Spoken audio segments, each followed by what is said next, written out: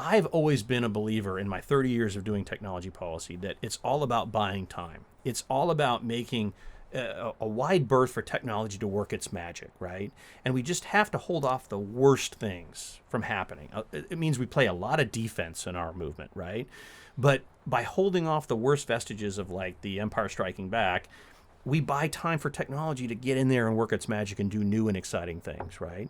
And so if we can make new selective alliances with people who are now skeptical of the state, and we can also help buy some more time for technology to work its magic, I'm still excited about the future. It's why, despite all of our pessimism here tonight at this table, I still am optimistic about what tomorrow might look like.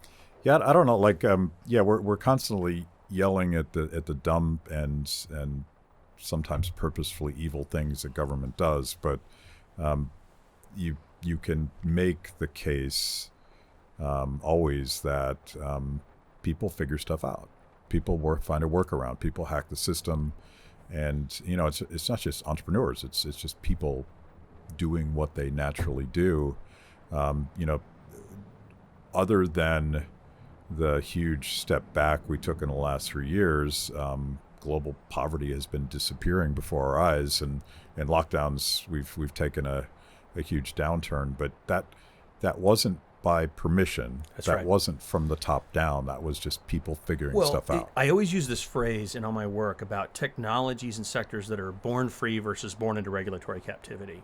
And there's always going to be some technologies like aviation and certain transportation sectors and fintech where we have a really, really hard time because there's all these technologies that come online, but they're immediately trying to be pigeonholed into an old regulatory regime. Those are born into captivity, if you will.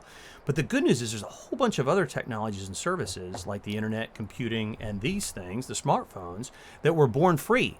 And once they get out there and get some traction and people start utilizing them, there's no going back. There's no putting that genie back in the bottle. The very fact that we're sitting here having this conversation that we would never have been able to have 30 years ago is progress, right?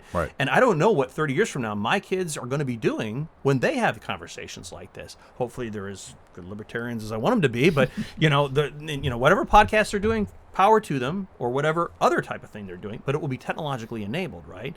Our job is to find a way to make that world safe and open up the born free camp wider and wider. Allow evasive entrepreneurs to get in, not just Elon Musk, but everybody else like him. Yeah. I think we first met when you were at the Chamber of Commerce and I was at Heritage, and it was like 93. Oh, we're going to air all our dirty laundry. We're going to air all the dirty laundry, yeah. And basically we were at a meeting about regulatory reform was when we first encountered each other. And I remember that distinctly because I think our old friend Jerry Ellig, the late Jerry Ellig, was there, and some other friends who worked on regulatory policy. And a lot of people in the Reagan administration and other administrations have worked hard on things like telecommunications and transportation deregulation and reform and gotten nowhere, because these were born in captivity technologies.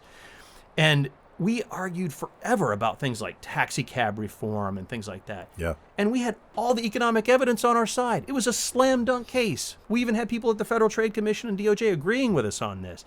We got nowhere. All the best evidence in the world. And then in 2010, Uber and Lyft came along, and Airbnb a year after that, and changed everything. Like this, right?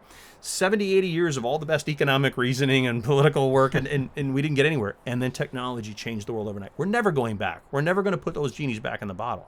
Right? So hopefully that's the pattern we see for the next technology and the next one. It's about making the world safe for them.